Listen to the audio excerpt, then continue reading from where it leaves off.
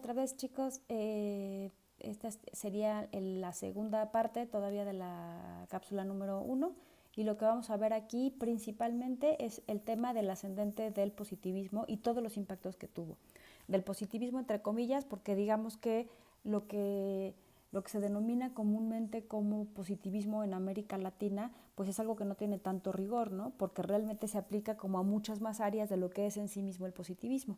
Entonces, básicamente lo que vamos a revisar es el impacto que tiene el positivismo, ¿no? Con sus dos principales líneas, Comte y Spencer, por un lado en la educación, por otro lado en la política, aunque no es, como ya dijimos, propiamente una teoría científica, y el tema también del racismo científico y qué efectos tiene en América Latina ese discurso o ese discurso científico, porque no olvidemos que la ciencia es un consenso de superioridad de una raza sobre otras, que pues América Latina nos salía muy beneficiado en ese comparativo de desigualdad, para concluir con el determinismo social y el caudillaje. Entonces, el ascendente del positivismo lo vemos como ¿qué? Como el triunfo de una serie de ideas que afirmaba que el método científico era la única manera de conocer la realidad, es decir, el triunfo de la ciencia en América Latina. Entonces, el triunfo de esa ciencia, pero además una ciencia determinada que se arriba a ella exclusivamente a través de el método científico y que además tiene aplicaciones prácticas, es a lo que comúnmente se denomina el ascendente del positivismo en diferentes áreas en toda la región. Y entonces, ¿qué es lo que pasaba? Que pues hay un rechazo a todas las otras formas de construcción del conocimiento. De hecho, no se reconoce como construcción del conocimiento, por ejemplo, lo a priorístico, el conocimiento empírico que no tiene un método atrás, etcétera, etcétera. Entonces, vemos que la influencia del positivismo está básicamente en dos áreas. Una es la educación, ¿no? Y sobre todo por la línea de Comte, que digamos que es el representante más visible del positivismo, lo podemos ver en diferentes países en la construcción de escuelas normales, de la Escuela Nacional Preparatoria en el caso de México, de escuelas de educación, en donde el perfil del aprendizaje se hace en tres líneas básicamente. Lo primero es que el aprendizaje es enciclopédico con asignaturas que tienen que estar ordenadas jerárquicamente. Lo segundo es un sesgo favorable a lo científico práctico en detrimento de los estudios humanísticos. Y la tercera es la adhesión al secularismo, que ya hablamos de esto, es decir, la separación de la Iglesia y el Estado y un fuerte control estatal, ¿de acuerdo? Y esto tiene que ver mucho también con el tema de la política científica. Entonces, pues en realidad aquí el tema de la educación estaba muy vinculado también a toda la historia del siglo XIX, ¿no? y a corregir un poco como toda esta especie de anarquía de las doctrinas que finalmente fueron muy disolventes durante el siglo XVIII, ¿de acuerdo? Entonces,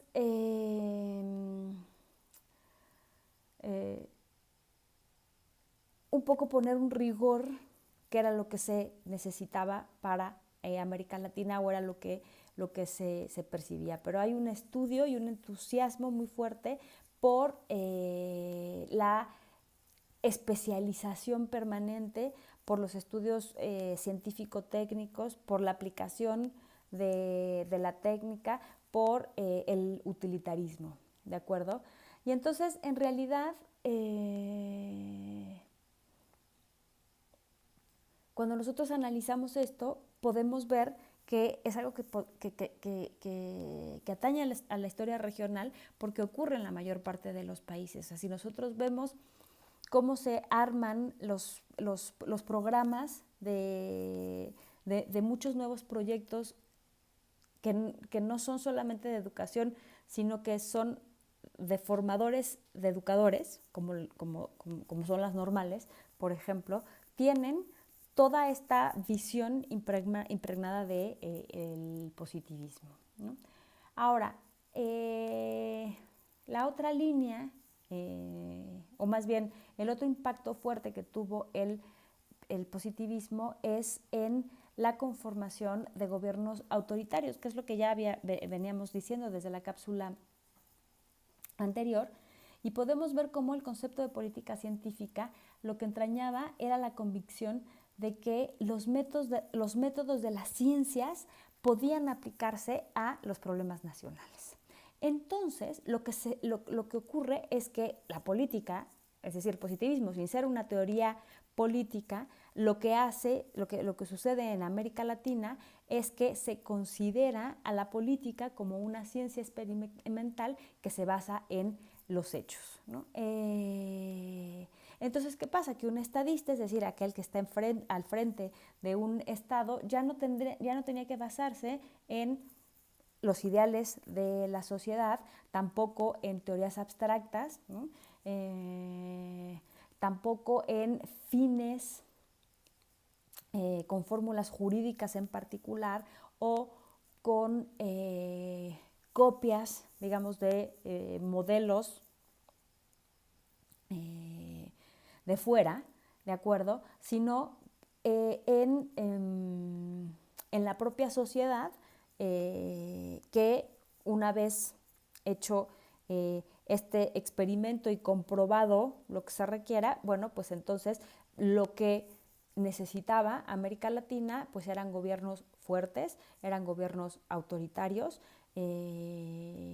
siempre con un discurso de libertad, pero un discurso en el sentido de la libertad es algo que ya se consiguió y ahora lo que se necesita es orden, ahora lo que se necesita es efectivamente eliminar toda esa inestabilidad política que se da. ¿Por qué? Porque, bueno, pues el progreso es necesario. Entonces, nosotros lo podemos ver como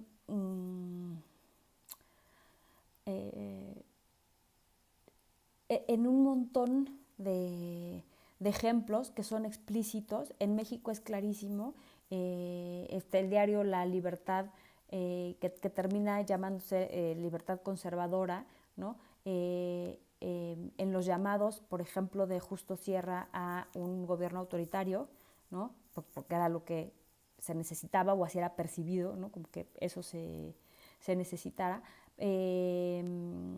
Lo podemos ver también en los llamados abiertos a tiranías honestas, ¿no? Es decir, como la democracia, como estos intentos liberales republicanos no nos han servido. Bueno, ahora sin modificar estas estructuras, respetando esa institucionalidad republicana, lo que se necesita pues es básicamente un autoritarismo o un tirano, pero un tirano honesto, ¿no? O sea, que tenga la fuerza para mantener el orden y que lo haga desde la honestidad.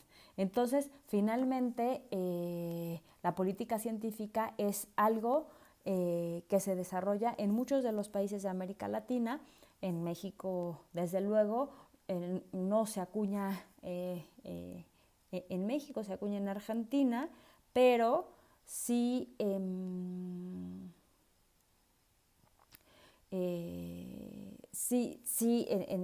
México tenemos esta experiencia de la política científica que tiene un desarrollo teórico que llama justo al autoritarismo. Y bueno, por la otra vía está Spencer. ¿Y quién es Spencer? Bueno, Spencer muchas veces lo conocemos como el autor del darwinismo social, cosa que no es muy correcto, digamos, porque Spencer y Darwin fueron contemporáneos y ambos se carteaban, entonces tuvieron influencia uno en otro, pero no es que Spencer recogiera las ideas de Darwin, pero en donde, digamos, se puede hacer esa analogía es efectivamente en el planteamiento teórico que tiene Spencer de la evolución social, ¿de acuerdo? Que a la sociedad se puede tratar como si de un organismo vivo se tratara que va evolucionando. Y entonces Spencer es partidario de ¿qué? De el dejar hacer, dejar pasar, es decir, del libre mercado, del laissez-faire, y también es partidario del utilitarismo. Entonces, en realidad, Spencer lo que imagina es una evolución de la sociedad como una sociedad industrial que culminaría con la evolución humana en una era individualista, liberal y sin Estado. Es decir, las sociedades tienden a evolucionar de tal suerte que los intereses individuales van efectivamente dando como resultado la atención de las necesidades sociales y llegado a un punto a tal grado que ni siquiera requieren una macroinstitución como es el Estado, ¿no? Es decir, el Estado podía, más bien iba a tender a desaparecer. ¿Qué es lo interesante de aquí? Que esto no se da con la intervención del sujeto político, es decir, desde la teoría de Spencer, esto se logra a partir de la evolución, así como un organismo vivo evoluciona sin la intervención consciente, pues lo mismo la sociedad, ¿no? O sea, la sociedad es un organismo y entonces no hay una intervención del sujeto político que pueda modificar el rumbo justamente de esta evolución, sino que las propias sociedades evolucionan por sí mismas de manera determinante, de manera mecánica hacia algún camino. Ahora, hay una cosa que es muy importante y es que Spencer sí contempla el tema de la raza. No es el tema central en su discurso y en el tema de la evolución social, pero sí es un tema importante, ¿no? ¿Por qué? Porque no todas las razas son iguales, ¿no? Desde esta perspectiva. Y bueno, ¿a qué debemos ese racismo, digamos, del siglo XIX? Pues tiene una vertiente antropológica, desde luego, pero tiene otra vertiente que está dada mucho más por la imposibilidad de convivir con pueblos originarios que lo que hacen es que cambian el perspectivo de el buen salvaje rousseauiano, ¿no? Es decir, que el salvaje es bueno y la civilización es lo que lo pervierte, ¿de acuerdo? Al no poder convivir con muchos de los pueblos originarios, el no poder convivir era básicamente que con muchos no eran fácilmente sometibles o no se asimilaban tan fácilmente a las culturas dominantes. Bueno, pues entonces esa perspectiva cambió e incluso hay un discurso en donde dicen que hay pruebas científicas que hay una degradación de los pueblos primitivos, ¿de acuerdo? Y si nosotros, por ejemplo, revisamos, bueno, hay un montón de teorías en términos de si los seres humanos vienen de diferentes raíces o es el monigenismo, pero digo, no me voy a detener mucho en eso. En lo que sí quiero detenerme es en el tema del racismo científico y del Le Bon. América Latina le va muy mal en ese escenario. ¿Y por qué le va muy mal? Porque finalmente el racismo científico lo que plantea a partir de uno de sus principales exponentes, que es Le Bon, es que solamente hay 4 razas indoeuropeas que son las razas superiores, ¿no? En esas también hay una jerarquía, pero todas son indoeuropeas. Fuera de esas no son susceptibles de civilización. Y el segundo postulado, ¿qué es? El segundo postulado lo que dice es que la mezcla de razas afecta a las almas, es decir, que cuando dos razas se mezclan y esas razas además son muy distintas, pues entonces se destruye el alma. Y entonces fíjense ustedes, América Latina qué mal le va, porque América Latina viene de la mezcla, primero, de una de las razas indoeuropeas que está en el menor nivel de jerarquía, y además los españoles tenían la costumbre de mezclarse, ¿no? Es decir, tenemos un gran mestizaje, no solamente cultural, sino también biológico, cosa que en otras culturas no se da, en otras invasiones ese mestizaje no existe o no se da de manera tan generalizada como sí se dio en América Latina. Y entonces, ¿qué es lo que ocurre? Pues que es una combinación explosiva. Si nosotros tenemos que científicamente hay una demostración, hay pruebas científicas de la superioridad de una raza sobre otras. Hay 4 razas y de esas 4 razas, la de los hispanos está en la jerarquía más baja y además hay una mezcla con los pueblos originarios, con razas de pueblos originarios que no son susceptibles de civilización, pues en realidad lo que tenemos es justamente la explicación de por qué el siglo XIX fue un desastre, ¿no? Es decir, hay una base de estas leyes que se desarrollan y a partir de eso se explica, y hay un comparativo con la América del Norte, por ejemplo, y dicen, bueno, lo que pasa es que son los anglosajones, que son una raza superior, pero además ellos sí tuvieron la precaución de no tener mestizaje, ¿no? De no tener una mezcla. Y esa es la explicación desde esa perspectiva que Estados Unidos haya tenido una emergencia económica y una estabilidad política muy pronto después de haber alcanzado su independencia. Y entonces, ¿qué es lo que pasa?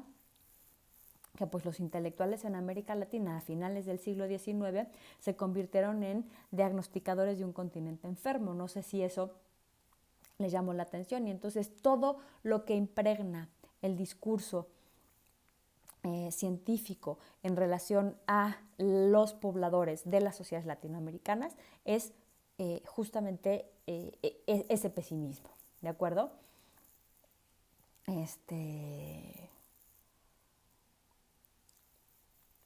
Y eso lo podemos ver en muchas políticas. Muchas políticas del siglo XIX y de finales del siglo XIX tenían como propósito la inmigración y, en muchos casos, el blanqueamiento explícitamente. En México no, en México nunca hubo una política abiertamente destinada para el blanqueamiento. O sea, se requerían para nutrir universidades y para otras cosas, pero en muchos países sí, ¿no? O sea, finalmente se tenía como objetivo eso, ¿no? Es decir, estamos en una situación muy mala y entonces la inmigración es un mecanismo para blanquear a las sociedades. Y bueno, para concluir un poco, porque no quiero pasarme mucho de los 20 minutos, una variación de estas teorías de Spencer es el determinismo social. Y el determinismo social es justamente que las sociedades están determinadas por una serie de factores, entre otras las razas, pero también puede ser el clima, pero también puede ser la geografía y pueden ser otros elementos en donde las sociedades están determinadas a seguir un camino. Hay cultura, ¿no? Y esa cultura también va a determinar. Digo, aquí hay un errorcito que esa teoría no contempla, y es que la cultura va cambiando. Pero básicamente lo que dice, a ver, una sociedad monárquica tiende a monarquizar sus instituciones y su sociedad en todos los ámbitos. Una sociedad republicana tiende a republicanizar. Y entonces, ¿qué es lo que pasa para América Latina? Que en realidad se hace un dibujo que es una sociedad que necesita de caudillos, ¿no? Necesita de líderes que guíen, que sean fuertes y que se impongan.